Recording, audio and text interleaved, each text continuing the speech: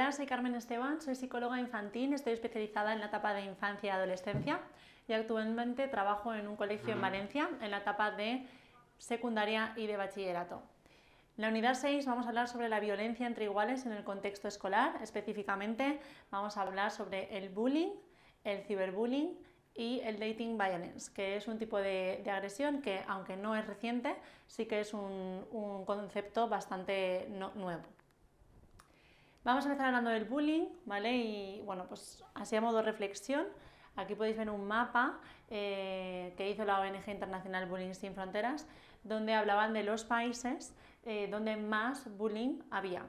España está situado en el país, en el 7º lugar, ¿vale? O sea que es uno de los países donde más bullying hay, ¿vale? Pero podéis ver así a nivel contextual que el acoso escolar no es algo que ocurra dependiendo de la cultura ni del lugar, sino que es algo que es un problema a escala mundial que debemos abordar todos en conjunto. Se hizo un estudio en el que se comparó de marzo del 2020 a marzo del 2021 cuántos casos denunciados de acoso escolar hubieron en España y se observó que habían más de 6.000 casos. ¿Cuáles son las características principales del bullying o del acoso escolar? La primera y la más fundamental es que es entre menores, ¿vale? Cuando es de un mayor de edad a un menor no es acoso escolar, ¿vale? La segunda es que tiene que ocurrir en el contexto escolar, tiene que ocurrir en el colegio, o sea, si es en un parque, eso no es bullying, eso es violencia, ¿vale? Y por supuesto que hay que abordarla también, pero para que sea acoso escolar tiene que ocurrir entre menores y dentro del contexto escolar, o fuera, ¿vale? Porque ya sabéis que ahora también está el ciberbullying del que hablaremos luego, pero tiene que ser con un motivo escolar. La relación es asimétrica, ¿vale? Esto es algo fundamental. A nivel teórico es muy fácil entenderlo, pero luego a nivel práctico los alumnos tienen bastantes dificultades.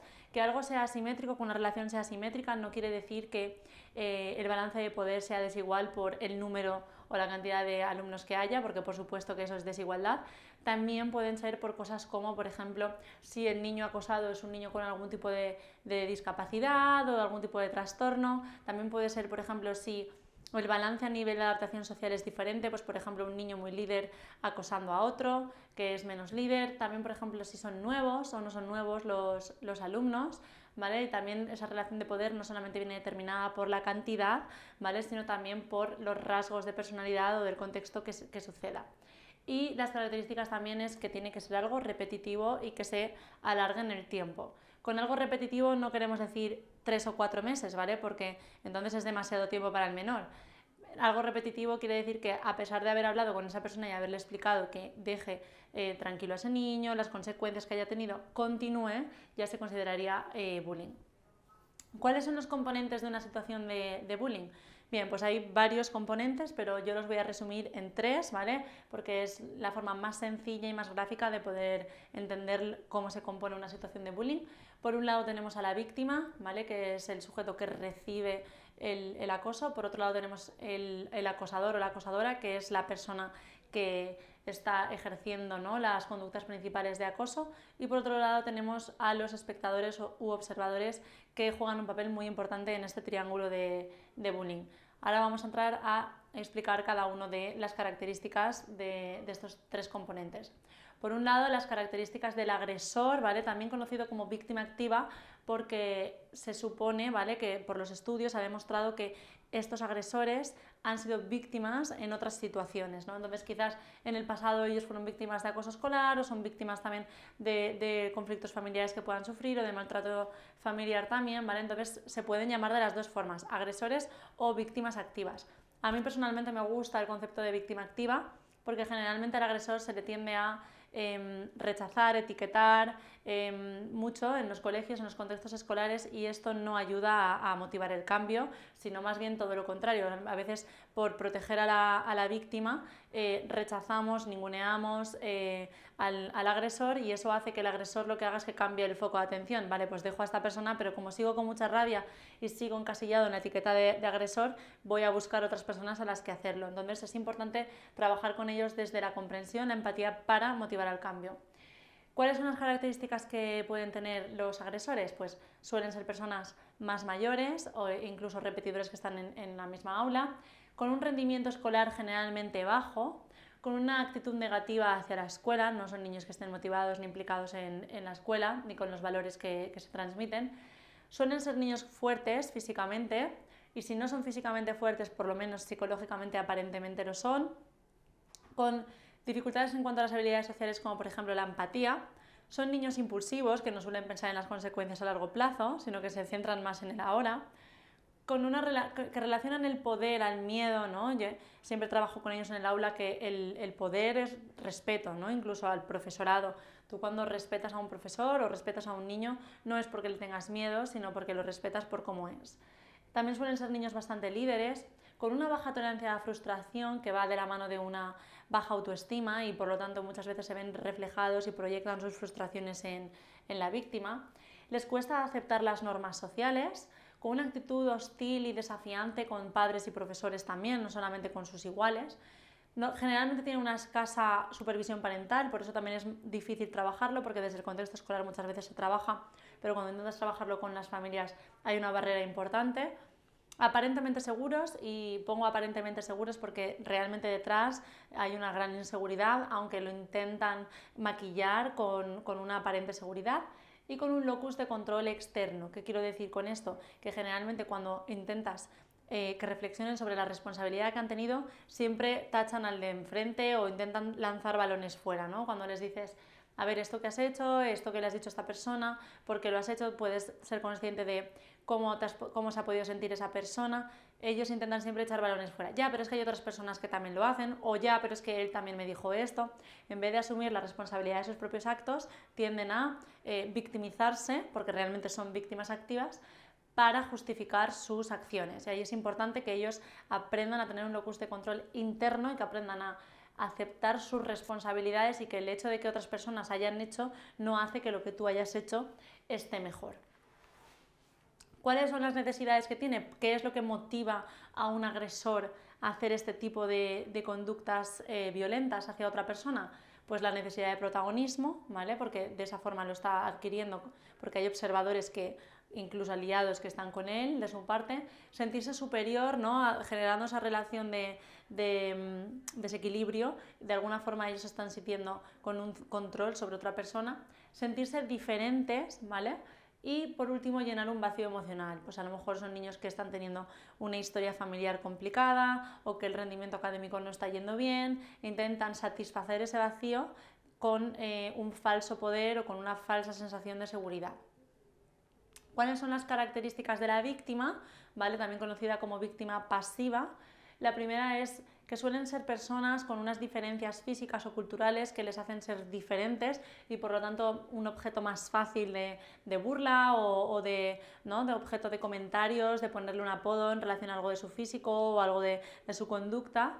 Suelen tener un buen rendimiento académico y precisamente por esa descompensación de la víctima activa, ¿no? o del agresor, que suelen tener un bajo rendimiento académico y ellos un buen rendimiento académico, se suelen sentir inferiores e intentan compensarlo sintiéndose superiores a nivel social. Suelen tener un estilo pasivo de comunicación, ¿no? Ya hemos hablado antes de los 3 estilos de comunicación. Los pasivos suelen ser aquellos que no defienden sus derechos, sino que anteponen los derechos del de enfrente, y esto hace que dificulte mucho el que pidan ayuda a otras personas.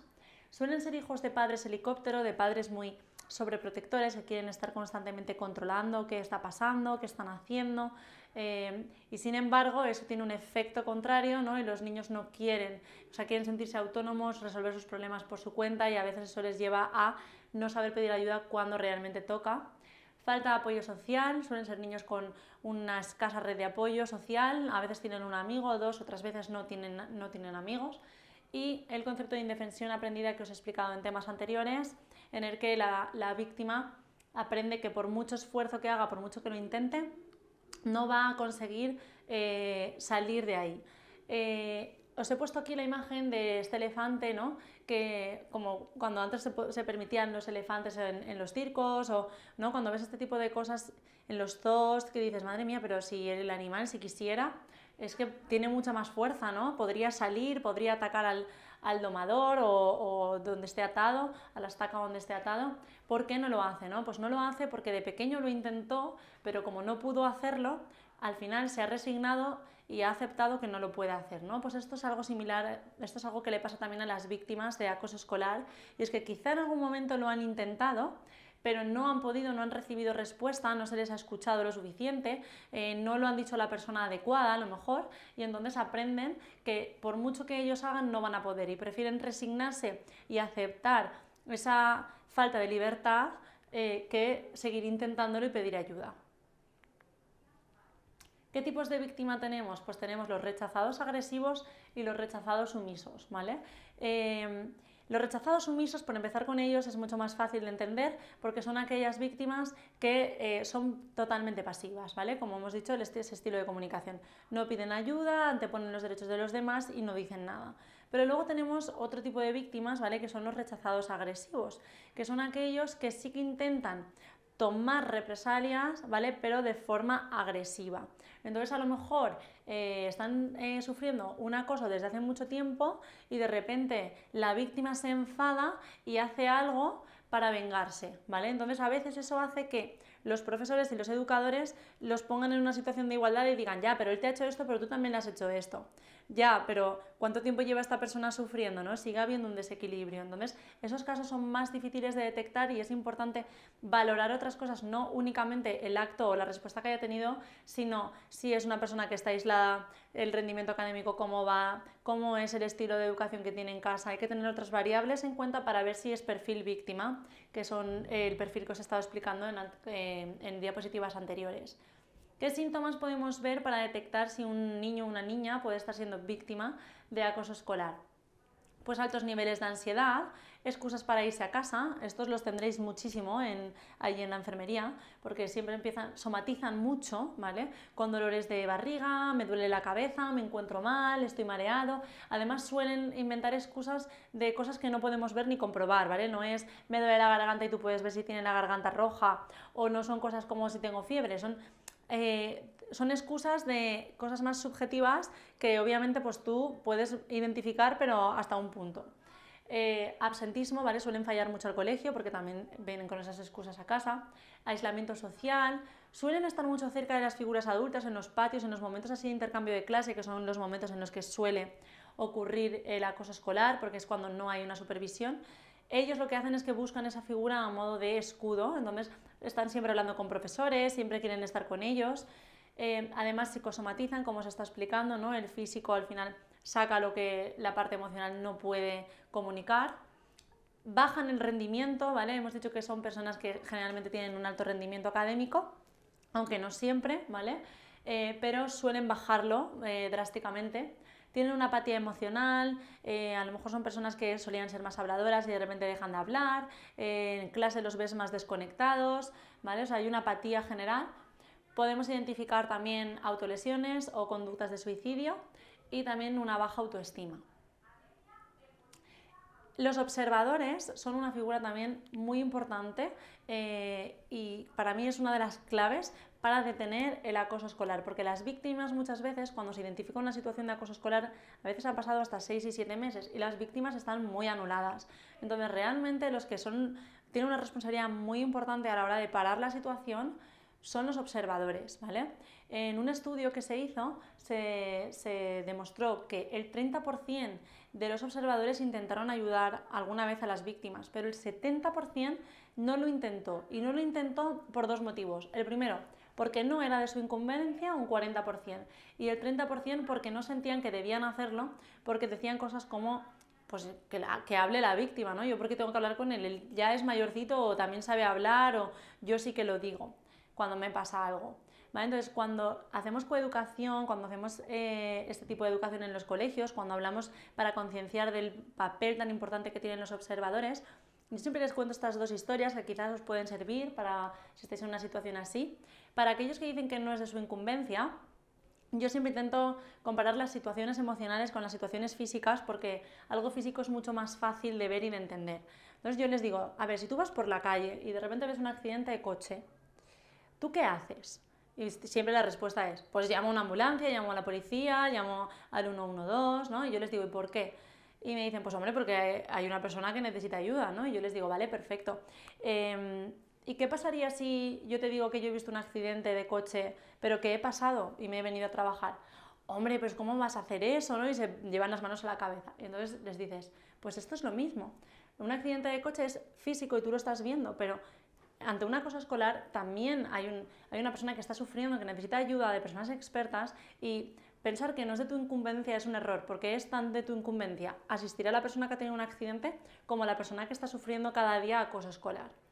Y luego, por otro lado, para explicar estos argumentos que dicen de pues, que hubieran hablado ellos, ellos ya lo saben, o incluso a veces te pueden decir, pero es que él también hace cosas, ¿vale? Yo les explico la historia de la rana y la olla, ¿vale? Entonces, esta historia lo que dice es, si yo pongo una olla con agua hirviendo, intento meter una rana, ¿qué va a hacer la rana? Pues va a saltar directamente y se va a ir, ¿verdad? O sea, nada más toque el agua, saltará y se irá y sobrevivirá.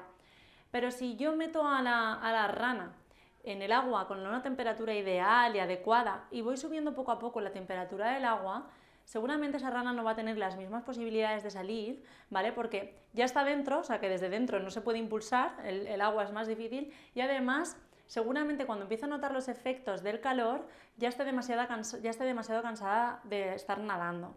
Entonces esto también les pasa a las personas, ¿vale? O sea, obviamente cuando hay una situación de acoso escolar, también esta metáfora también sirve para el maltrato, a la persona no le pegan un día, de repente. Obviamente si a ti te viene un acosador y te pega un guantazo o te roba algo, pues tú directamente vas al profesor o a tus padres y se lo dices. Generalmente empieza con un maltrato psicológico que te van anulando poco a poco y poco a poco te van subiendo la temperatura del agua hasta que te quedas anulado.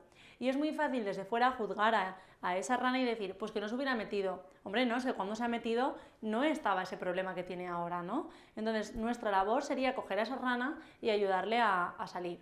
Pero claro, es importante también ofrecer recursos a los observadores, porque muchas veces se sienten como que voy a ser un chivato, o igual me lo hacen a mí, ¿vale? Entonces, en mi colegio, por ejemplo, lo que hacemos es que tienen un correo, ¿vale? Que es bullying, o sea, es bullying @ donde los observadores desde su casa nos pueden mandar un correo a las personas que llevamos la gestión de acoso escolar y nos los mandan allí para que ellos no tengan el sentimiento de me van a ver otras personas, ir al despacho, hablar con... No, pues lo haces desde casa y tu nombre va a ser anónimo y nunca vamos a decir que has sido tú quien lo has dicho.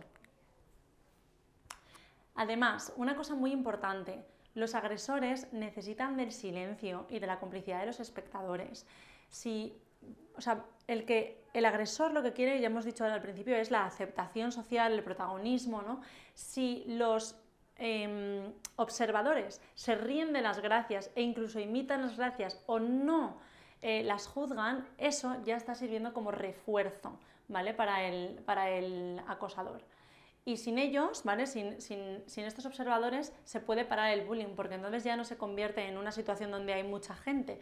La víctima ya no se siente en una desigualdad, porque la víctima no siente que es solamente el acosador, siente que es todo el mundo que es cómplice también quien está fallando, y por eso se mina tanto su autoestima.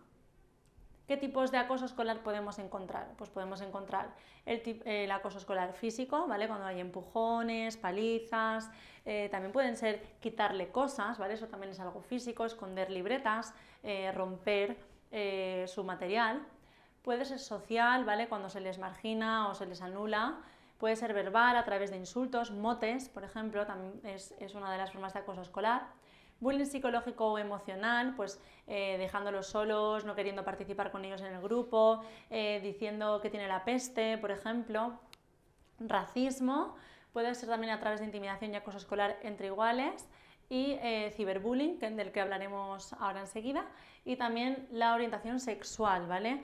La orientación sexual, cuando hay un acoso escolar que está basado en la orientación sexual, este es el acoso escolar, o sea, el motivo de acoso escolar por el que más suicidios hay. Y es un dato muy importante. Hay que trabajar mucho también este tipo de temas, la integración de la orientación sexual en los colegios.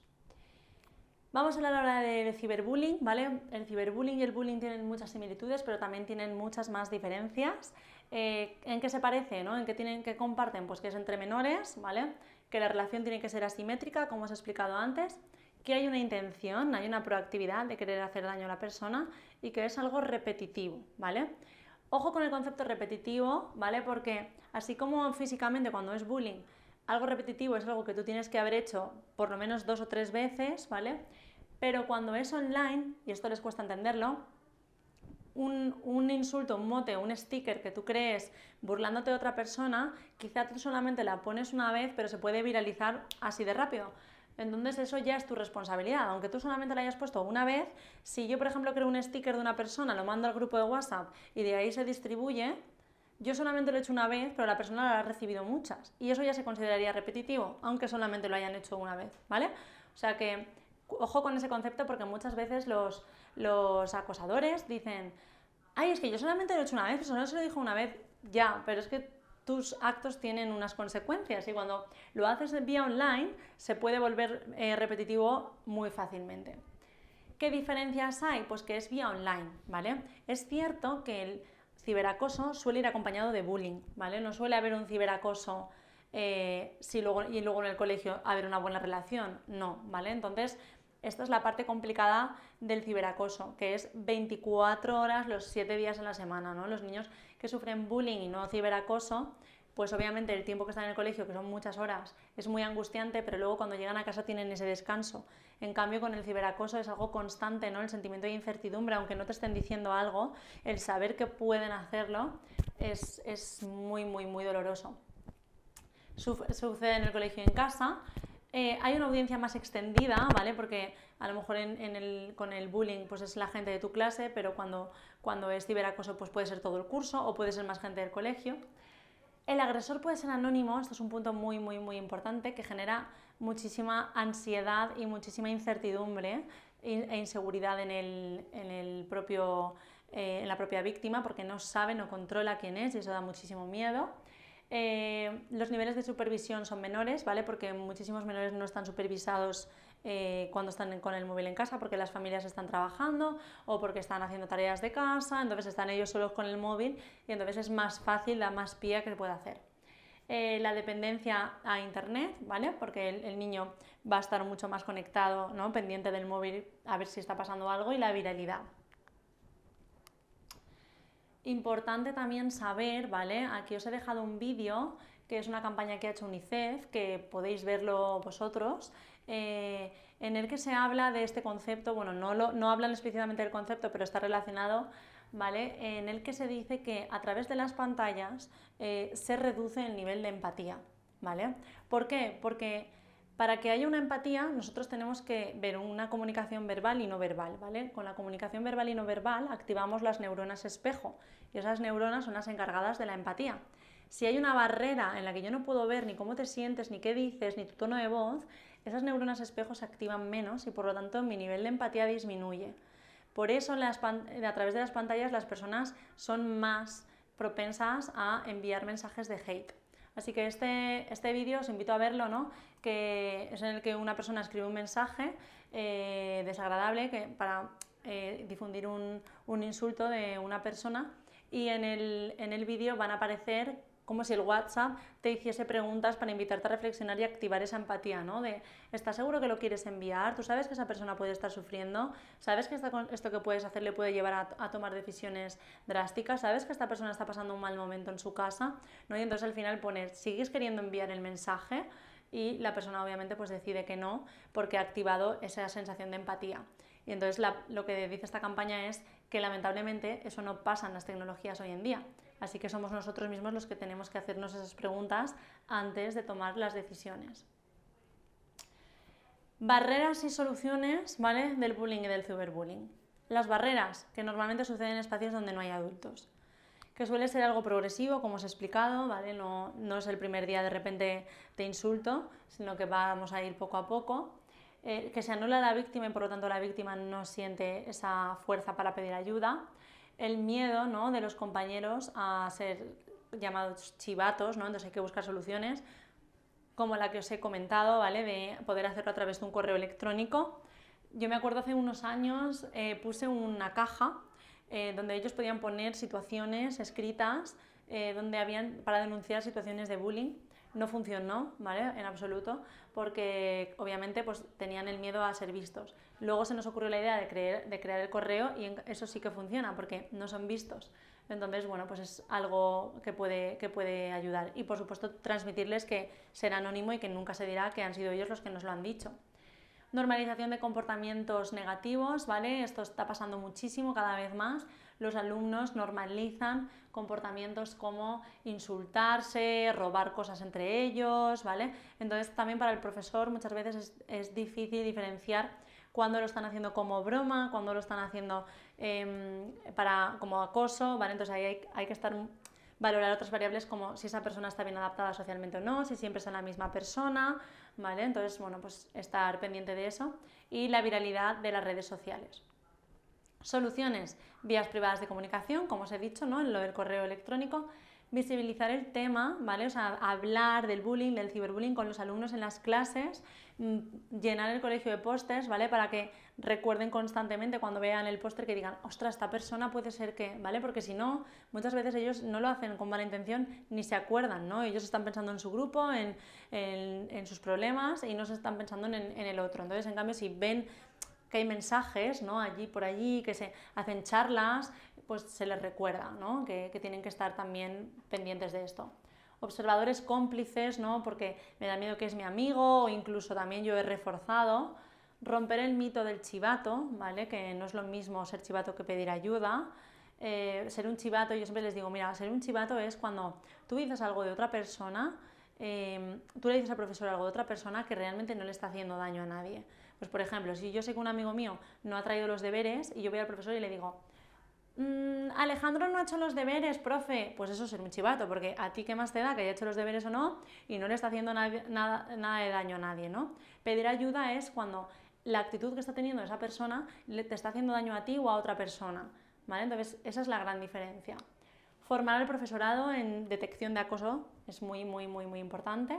Cultura del respeto, ¿vale? Establece una cultura del respeto y ya hemos dicho que los máximos modeladores somos nosotros, cómo tratan los profesores, cómo tratamos los adultos que trabajamos, los profesionales que trabajamos en el colegio, cómo tratamos a los alumnos, ¿no? Somos nosotros mejores que ellos, nos tienen que dejar ellos entrar por la puerta porque no les puedes dejar entrar tú por la puerta, ¿no? O sea, es súper importante. Mira, justo ayer me pasó una cosa súper bonita. Y es que iba por el pasillo y de repente dos alumnas pues me vieron cara de estresada y me dijeron enseguida, ¿estás bien? ¿Tienes cara de agobiada? O sea, ellas estaban preguntándome a mí que cómo me encontraba, ¿no? Yo también les pregunto a ellas siempre cuando estoy por los pasillos, les pregunto a los alumnos, ¿qué tal? ¿Cómo vais? ¿Qué tal los exámenes? ¿Cómo están saliendo? Pues tener este tipo de conversaciones con ellos, ¿no? Que no sea puramente académica, sino a nivel emocional, el cómo se encuentran, cómo se sienten, el que tú también veas a un alumno un día cabizbajo y le digas, ¿estás bien? Aunque te diga que sí, pero simplemente que le preguntes, eso ya va a hacer, ¿vale? Que ellos entiendan que nosotros les respetamos. Y, por supuesto, contactar con el coordinador de bienestar y protección infantil, que es una figura que va a ser obligatoria en todos los colegios, tanto públicos, concertados y privados, que son las personas que se van a encargar de activar protocolos bullying, de acoso escolar, de violencia, ¿no? y maltrato. Entonces, cualquier duda, cualquier detección de situación, enseguida contactar con el coordinador de bienestar y protección infantil. Otro de la violencia entre iguales, de maltrato entre iguales, que es bastante novedoso, es el dating violence, ¿vale? Que esto es el abuso o maltrato que se produce entre parejas que tienen una relación íntima o están en proceso de tenerla, ¿vale? O pueden ser adultos también, ¿vale? Pero si están viviendo juntos ya no, ¿vale? Entonces tiene que ser el principio. Entonces la mayoría de personas, han visto en estudios que la mayoría de personas que sufren dating violence son personas que están en adolescencia o en los 20 y algo, hasta los 25 o 26 años, ¿vale? Y esto es cuando hay un abuso o maltrato por parte de tu pareja a nivel de controlar cómo vistes, controlar con quién vas, controlarte por WhatsApp tus conexiones, ¿no? Ahora hay también violencia digital entre la pareja, envíame una foto para ver con quién estás, no subas esta foto, quién es esta persona que te ha comentado, quién es esta persona que te sigue, por qué le pones me gusta a esta persona, ¿no? Bueno, pues todo eso es dating violence y cada vez está más presente entre los adolescentes. Os he dejado un vídeo aquí que también podéis ver, ¿vale? Donde a través de ilustraciones explica lo que es el dating violence. Y por último, recordaos que vosotros sois los responsables de elegir dónde queréis poner la coma, ¿vale? Muchas veces pensamos que son cosas de niños, que lo que está ocurriendo entre los niños son cosas de niños, y nosotros somos los responsables de elegir si queremos decir no, no, no, esto son cosas de niños, o si queremos decir no son cosas de niños.